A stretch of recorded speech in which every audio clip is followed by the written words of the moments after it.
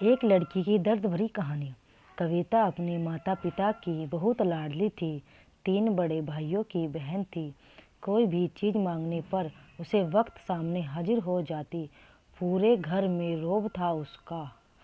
पूरे परिवार और नौकरों पर राजकुमारी की तरह हुक्म चलाती थी कविता। स्कूल में भी पूरा रौब था उसका। बड़े घर की लाडली जो थी वह, ऐसा ही उसने कॉलेज में दाखिला किया। उसके ठाट-बाट बड़ी गाड़ियों में आना जाना। हर दिन नए फैशन देखकर हर कोई उसे दोस्ती करना चाहता था। थोड़े दिनों में ही उसे बहुत से दोस्त बन गए। पूरे कॉलेज में उसकी अपनी ही एक पहचान थी। इन दिनों उसके घर एक रिश्ता आया। खानदानी लोग थे और पापा की पुरानी जान पहचान थी। उसके साथ कविता के साथ कोई ज़बरदस्ती नहीं थी, पर कविता ने फिर भी हाँ कर दी क्योंकि वह अपने परिवार से बहुत प्यार करती थी। वह जानती थी कि वह लोग उसका अच्छा ही सोचेंगे। लड़के का नाम राज था। राज काफ़ी पढ़ा लिखा और समझदार लड़का था। ससुराल वाले भी बहुत अच्छे थे। ससुराल में कविता की जगह वैसे ही थी जैसे कि मायके में कोई भी कार्य कविता की सलाह के बिना नहीं होता था। सबकी लाडली बहू बन गई थी वह। फिर उसके घर में एक बेटे का जन्म हुआ। राहुल कविता को जान से भी प्यारा था। पोता पाकर ससुराल वाले तो फूले नहीं समाते थे। कविता कभी कभी सोचती थी कि उसकी किस्मत कितनी अच्छी है। उसका हर अपना उसे कितना प्यार करता है। चाहे जीवन में कैसे भी समय आए, मेरे अपने हमेशा मेरे साथ है। मैं कभी अकेली नहीं हो सकती। कविता खुशकिस्मत हूँ मैं। पर शायद कविता की खुशियों को उसकी अपनी ही नज़र लग गई थी। एक दिन वह मायके जाने की जिद कर बैठी। राजा को बहुत काम था, लेकिन वह फिर भी उसे ले गया। रास्ते में उनकी गाड़ी अन्य गाड़ियों से टकरा गई। कविता, राज और राहुल बहुत बुरी तरह से जख्मी हो गए। काफ़ी दिनों के इलाज के बाद राजा और राहुल तो ठीक हो गए, लेकिन कविता पूरी तरह से ठीक न हो सकी। सर पर चोट लगने के कारण वह अपनी आंखों की रोशनी खो बैठी। अब कविता की किस्मत जैसे उलटपाव चलने लगी। मायके वाले कुछ दिनों तक उससे मिलने आते रहे, फिर कभी कभार फ़ोन ही करके पूछ लेते कि अब कैसे हो। धीरे धीरे सिलसिला कम हो गया। ससुराल वालों की भी सहानुभूति कम होने लगी। घर में किसी को पास बैठने के लिए कहती तो जवाब मिलता, बहुत काम है, अब तुम भी हाथ नहीं बटा सकती।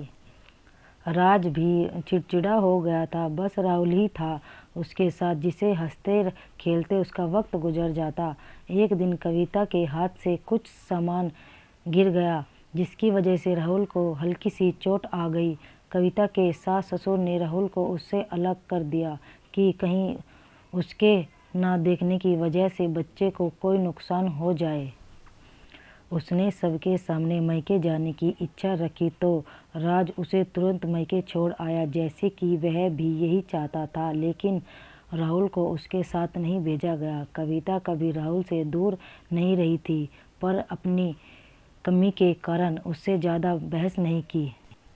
कविता को लगा कि वह 3-4 दिन वहाँ रहेगी तो थोड़ा हवा पानी बदल जाएगा, क्योंकि वह कितने दिनों से कहीं बाहर नहीं गई थी। घर वाले भी इतने दिनों बाद उसे देखकर कितने खुश होंगे। कविता के घर पहुंचने पर सब लोग बहुत खुश हुए। खाने में सब कुछ कविता की पसंद का ही बनाया था। उसने अपनी मम्मी पापा और भाई भाभीयों से दिल खोलकर बातें की।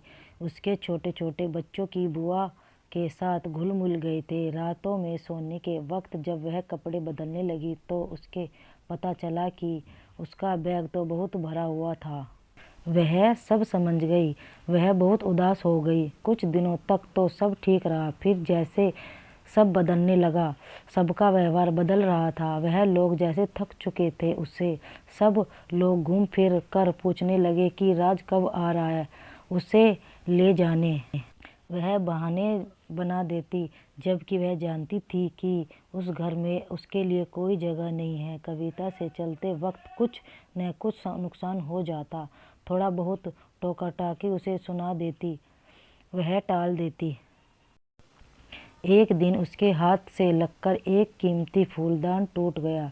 छोटी भाभी में बहुत हंगामा मचाया। कविता के माता पिता जोर जोर से झुंझलाने तंग आ गए थे। उन्होंने राजा को खुद से फ़ोन कर दिया। राज कविता को अपने घर ले गया। कविता को अपने परिवार वालों से ये उम्मीद नहीं थी, जिससे कविता कहे बिना घर में एक पत्ता नहीं हिलता था।